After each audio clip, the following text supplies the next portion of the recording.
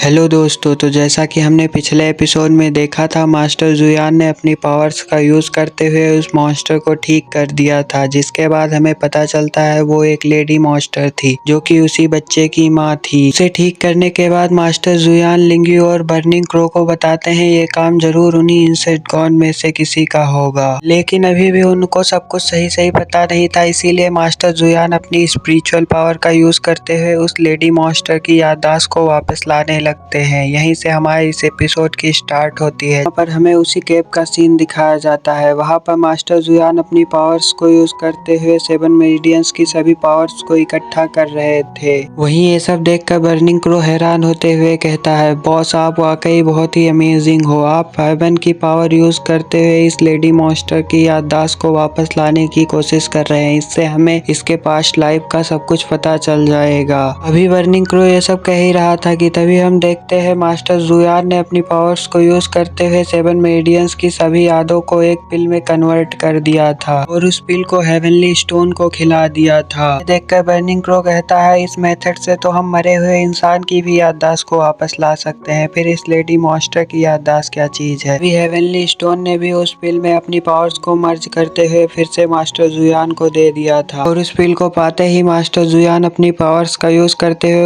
उस lady monster के brain में डाल देते हैं, जिसके कारण उस लेडी मॉन्स्टर की बॉडी से बहुत ही पावरफुल एनर्जी निकल रही थी और देखते ही देखते उसके सर में पेन भी स्टार्ट हो जाता है, जो कि मास्टर जुयान बहुत ही ज्यादा ध्यान से देख रहे थे। वहीं उस लेडी मॉन्स्टर को इसके कारण बहुत ही ज्यादा पेन हो रहा था, जो देखकर उसके बच्चे को लगता है कि मास्टर जुयान उसे दर्द पहुंचाने की कोशिश कर रहे हैं। इसीलिए वो मास्टर जुयान को मारने के लिए उनकी तरफ दौड़ता है, लेकिन लिंग्यू उसे बीच में ही रोक कर हक कर लेती है और उसे बताती है ये हेवनली लाइफ पिल जो अभी अभी तुम्हारी माँ को मास्टर जुयान ने खिलाया था, इससे तुम्हारी माँ की याददाश्त वापस आ जाएगी और वो फिर से पहले जैसे नॉर्मल हो जाएंगी और तुम्हें भी पहचानने लगेंगी। लिंग्यू की बातों को सुनकर तो वो बच्चा भी शांत हो गया था और वो बहुत ही ज्यादा खुश होते हुए अपनी माँ की तरफ देखने लगता है। वहीं पर उसकी माँ को अभी भी उस पिल के कारण बहुत ही ज्यादा पेन हो रहा था। उसका सर बिल्कुल से फटा जा रहा था और उसके चारों तरफ बहुत ही ज्यादा रेड कलर की एनर्जी रिलीज हो रही थी। इसी पावरफुल एनर्जी के साथ उस लेडी मॉन्स्टर की याददाश्त भी यहाँ पर वापस आना स्टार्ट हो गई थी और वो लेडी मॉन्स्टर भी अब जिंदा लोगों में शामिल हो गई थी। इसके बाद देखते ही देखते उसे एक और एनर्जी ने वहाँ पर चारों तरफ से घेर लिया था। इसके बाद हमें 7 मेरिडियंस के टेलीपोर्टेशन अरे का सीन दिखाया जाता है, जहाँ पर वो टेलीपोर्टेशन अरे फिर से एक बार स्टार्ट हो गया था और देखते ही देखते वहाँ पर एक इमोर्टल अपीयर हो जाता है और वो इमोर्टल मास्टर यहाँ पर टेलीपोर्ट होने के बाद यहाँ की जगह को देखते हुए कहता है, चलो एक बार फिर से इन मॉन्स्टर से फाइट करते हुए अपनी पावर्स को टेस्ट कर ही लेते हैं। वैसे भी मुझे यहाँ पर आए काफी ज्यादा वक्त हो गया है। वो मास्टर ये सब कह ही रहा था कि तभी बहुत सारे मॉन्स्टर उसकी तरफ अटैक करने के लिए बढ़ने लगते हैं, जो देखकर भी वो मास्टर जरा सा भी घबरा नहीं रहा था, बल्कि जैसे ही वो सारे मॉन्स्टर उसके करीब आ जाते हैं वो अपनी बांसुरी को निकाल कर बजाना शुरू कर देता है, जिसके कारण वहाँ के सारे मॉन्स्टर अजीब तरह से जमीन पर गिर जाते हैं और उनके सर में पेन होने लगता है। इमोर्टल मास्टर हवा में जाकर अपनी एनर्जी को रिलीज करते हुए इन मॉन्स्टर से कहता है, लगता है तुम बेवकूफ मुझे भूल चुके हो। पिछले 10,000 सालों में एक मैं ही तो हूँ जो इस 7 मेरिडियंस के किमी रियलम में आ जा सकता हूँ। आज जब यहाँ पर कुछ नई लोग आ गए तो तुम सब मुझे भूल गए। लगता है कि तुम लोगों को सबक सिखाना ही पड़ेगा। जो सुनकर पता नहीं क्यों वो सारे मॉन्स्टर उस मास्टर के सामने झुक गए थे और वो मास्टर भी उन सारे मॉन्स्टर के सर पर हाथ फेरते हुए कहता है, चलो हम अपना हिसाब बाद में करेंगे, पहले उन सब नए मेहमानों का स्वागत करते हैं। आज तो तुम लोगों की दावत होने वाली है और वैसे भी तुम लोग अपने ही साथियों का मांस खा खा कर परेशान हो गए होगे। आज मैं तुम्हें इमोर्टल्स का मांस खिलाऊंगा। ये सीन यहाँ से शिफ्ट होता है और हमें फिर से उसी केव का सीन दिखाया जाता है, जहाँ पर वो लेडी मॉन्स्टर की आँख खुल गई थी और उसे फिर से सब कुछ याद आने लगा था और वो दौड़कर अपने बेटे को गले लगा लेती है। उसका बेटा भी अपने माँ को गले लगाकर बहुत ही ज्यादा खुश था। ऐसे ही इन दोनों के बीच काफी ज्यादा इमोशनल सीन क्रिएट हो गया था, जहाँ पर इसका बच्चा भी बहुत ज्यादा रो रहा था, लेकिन इसकी माँ उसको चुप कराने की कोशिश कर रही थी, जिस पर बर्निंग क्रो इन लोगों को देखते हुए कहता है, यही तो एक माँ और बेटे का प्यार होता है। देखो तो उसकी माँ अभी भी मॉन्स्टर के फॉर्म में है, फिर भी वो बच्चा उससे डर नहीं रहा है, बल्कि उसे बहुत सारा प्यार कर रहा है। उसकी माँ भी उसको नुकसान नहीं पहुंचा रही है, बल्कि उसे हक कर उसे चुप कराने की कोशिश कर रही है। अभी बर्निंग क्रो ये सब कह ही रहा था कि तभी उस लेडी मॉन्स्टर की नजर वहाँ पर खड़े मास्टर जुयान और उनके साथियों पर पड़ता है, जो देखकर वो लेडी मॉन्स्टर तुरंत ही लड़की दौड़कर जाकर मास्टर जुयान के सामने झुक जाती है और उनसे कहती है, मॉर्टल, आप मेरे लिए यहाँ पर गॉड बन के आए हैं, जिन्होंने न सिर्फ मुझे एक नई जिंदगी दी बल्कि मेरी याददाश्त को भी वापस ला दिया। ये सब कहते हुए वो बार बार मास्टर जुयान के सामने सर झुका रही थी, जो देखकर लिंग्यू तुरंत ही उसके पास जाते हुए उसको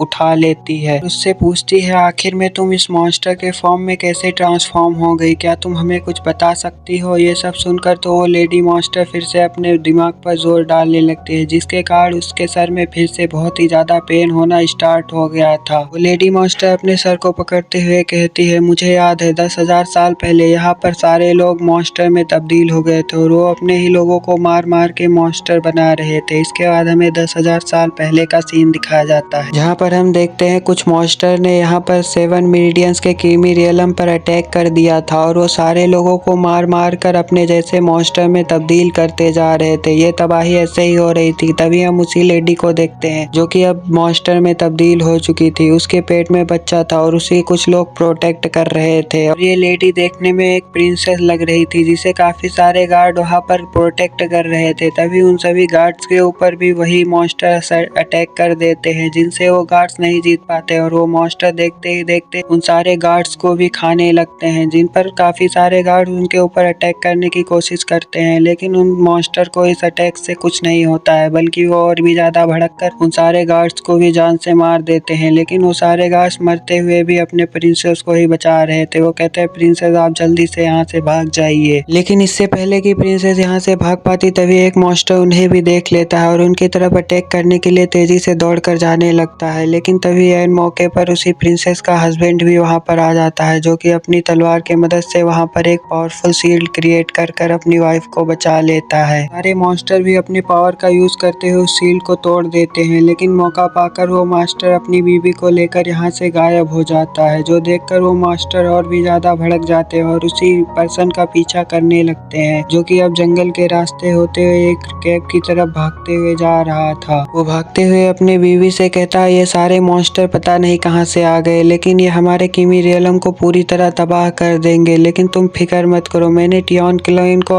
यहाँ पर आने की खबर पहुंचवा दी है। वो तुम्हें यहाँ से बचा कर ले जाएंगे, लेकिन तुम्हें तब तक इसी केव में छुप कर रहना होगा। ये कहते हुए वो उसे उसी केव में ले जाकर लिटा देता है और उससे कहता है, तुम यहीं पर रहना, बाहर मत निकलना, मैं जाकर इन सारे मॉन्स्टर को रोकने की कोशिश करता हूँ और जब तक यहाँ पर टियोन क्लोइन के लोग ना आ जाए तब तक तुम यहीं पर उनका इंतजार करती रहना। दोनों ऐसे ही बातें करते हुए बहुत ही ज्यादा इमोशनल हो जाते हैं। तभी वो मास्टर खुद को संभालते हुए उस केव से बाहर भाग जाता है, क्योंकि उसे पता था कि उसकी बीवी वहां से उसको जाने नहीं देगी और वो उन मॉन्स्टर के सामने आते हुए कहता है, तुम मेरी बीवी तक कभी नहीं पहुंच पाओगे, मैं तुम लोगों को यहाँ पर मार डालूंगा। ये सब कहते हुए एक पावरफुल अटैक उसी गुफा की तरफ कर देता है, जिसके कारण उस गुफा का रास्ता वहाँ पर बंद हो जाता है। दूसरी तरफ उसकी बीवी भी ये सब देखकर समझ गई थी कि उसका हस्बैंड उसकी जान बचाने के लिए खुद की जान की सेक्रीफाइस कर रहा है। ये सब सोचते हुए वो बहुत ही ज्यादा इमोशनल हो जाती है। वहीं बाहर देखते ही देखते उसके हस्बैंड को उन सारे मॉन्स्टर ने मिलकर मार दिया था। इसी के साथ हमारा ये पास्ट का सीन यहीं पर खत्म हो जाता है। प्रेजेंट में हम देखते हैं ये सब याद कर वो लेडी मॉन्स्टर भी अब बहुत ज्यादा रोने लगी थी। ये सब देखकर उसका बच्चा भी उसे चुप कराने की कोशिश कर रहा था। वही लिन्यू उस लेडी मॉन्स्टर की सारी बातें सुनने के बाद उससे कहती है, तुम्हारे कहने का मतलब है कीमी रियलम में कोई भी जिंदा इंसान नहीं है, सभी लोग मॉन्स्टर में तब्दील हो चुके हैं। इसका मतलब है तुम भी एक मॉन्स्टर में तब्दील होने के बाद ही अपने बच्चे को जन्म दे पाई थी। जिस पर वो लेडी भी हाँ में सर हिलाती है। लिन्यू कहती है, तो इसीलिए तुमने अपने आप को चेन्स में जकड़ कर रखा था, ताकि तुम अपने बच्चे को कोई नुकसान ना पहुंचा पाओ। वो लेडी मॉन्स्टर भी अपने पास्ट को याद करने के बाद वहाँ पर रोने लगती है, जिस पर लिन्यू उसे संभालते हुए कहती है, मैं समझ सकती हूँ तुम्हारे दर्द को, तुम्हारे बीते हुए कुछ साल बहुत ही ज्यादा मुश्किल थे, लेकिन फिर भी तुम चिंता मत करो, हम सब मिलकर ठीक कर देंगे। क्योंकि यहाँ पर अब हमारे मास्टर जुयान भी आ चुके हैं, जो कि बहुत ही ज्यादा पावरफुल हैं। लेडी मॉन्स्टर की बात सुनकर बर्निंग क्रो भी वहाँ पर सवाल करता है कि आखिर में इतने सारे लोग अचानक से मॉन्स्टर में कैसे तब्दील हो गए। जो सुनकर एक बार फिर से लेडी मॉन्स्टर से लिंग्यू सवाल करते हुए पूछती है, क्या तुम्हें तब का कुछ ऐसा याद है जो वहाँ पर कुछ एबनॉर्मल सा रहा हो और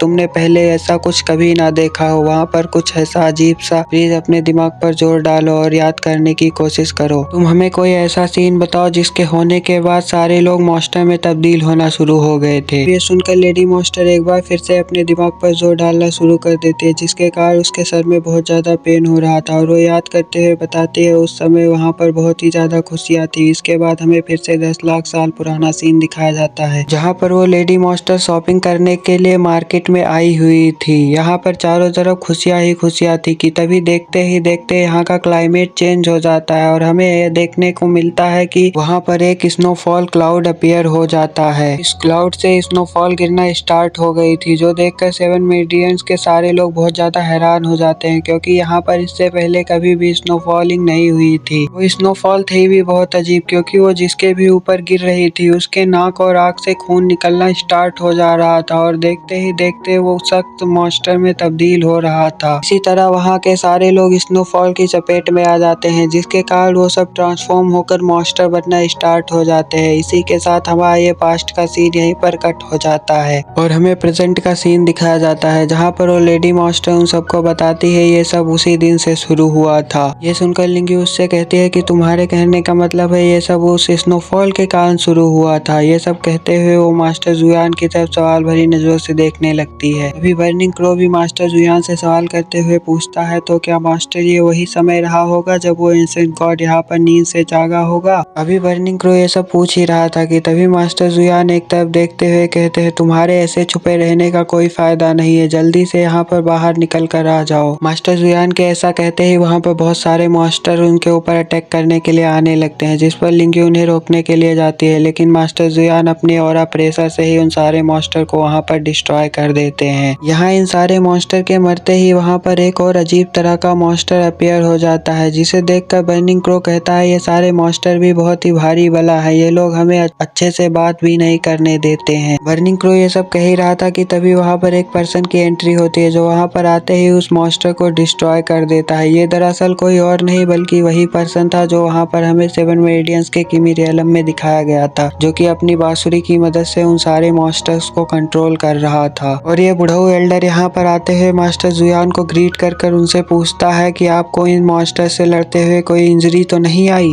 बर्निंग क्लो उस पर्सन को देखकर उससे सवाल करता है कि आखिर में तुम कौन हो, क्योंकि इस किमी रियलम में तो कोई जिंदा इमोर्टल बचा ही नहीं था। पर वो बुढ़ा एल्डर बताता है मैं तो टायू होली क्लेन का एल्डर हूँ। बुढ़ऊ की बात सुनकर तो यहाँ पर लेडी मॉन्स्टर को भी एक झटका लगता है, क्योंकि मरने से पहले उसके हस्बैंड ने भी टायू होली क्लेन का ही नाम बताया था, जो कि उसका मदद करने के लिए आने वाले थे, लेकिन आज तक तो ये लोग कभी भी यहाँ पर नहीं पहुंचे। दूसरी तरफ वो बुढ़ऊ अपनी बात आगे बढ़ाते हुए इन लोगों से कहता है मैं यहाँ पर अपने मास्टर की इजाजत से आया हूँ। मुझे पता चला था कि यहाँ पर कुछ कल्टीवेटर्स आए हैं जो कि जिंदा हैं, इसीलिए मैं यहाँ पर आ गया आप लोगों को सेफ्टी के साथ अपने क्लेन में ले जाने के लिए, ताकि आप लोग सेफ रह सको। मैं बाकी लोगों को भी अपने ही क्लेन में ले गया था यहाँ से इन मॉन्स्टर से बचाकर। शेल्डर की बात सुनकर बर्निंग क्रो उससे सवाल करता है कि आखिर में ये समाल रियलम कैसी जगह है, जिस पर वो बुढ़ऊ भी अपना दांत दिखाते हुए कहता है कि समाल रियलम एक ऐसी जगह है जहाँ पर हम जिंदा कल्टीवेटर्स को रखते हैं बचाकर, और मैं आप सभी लोगों को भी वहीं पर ले जाने के लिए आया हूँ। बुढ़ऊ की बात सुनने के बाद बर्निंग क्रो और लिंगी मास्टर जुयान की तरफ देखने लगते हैं उनके फैसले के इंतजार में, जिस पर मास्टर जुयान भी उस बुढ़ऊ को देखते हुए उससे कहते हैं कि चलो हमें वहाँ पर लेकर चलो। ये कहकर मास्टर जुयान और सारे लोग उसी बुढ़ऊ के पीछे वहाँ पर जाने स्टार्ट कर देते हैं। और इसी कमाल के सीन के साथ हमारा एपिसोड यहीं पर खत्म हो जाता है। मिलते हैं नेक्स्ट एपिसोड में। वीडियो पसंद आया हो तो वीडियो को एक लाइक करें, और अगर चैनल पे नए हैं तो चैनल को सब्सक्राइब करें ऐसे ही इंटरेस्टिंग और इंटरटेनिंग वीडियोस देखने के लिए।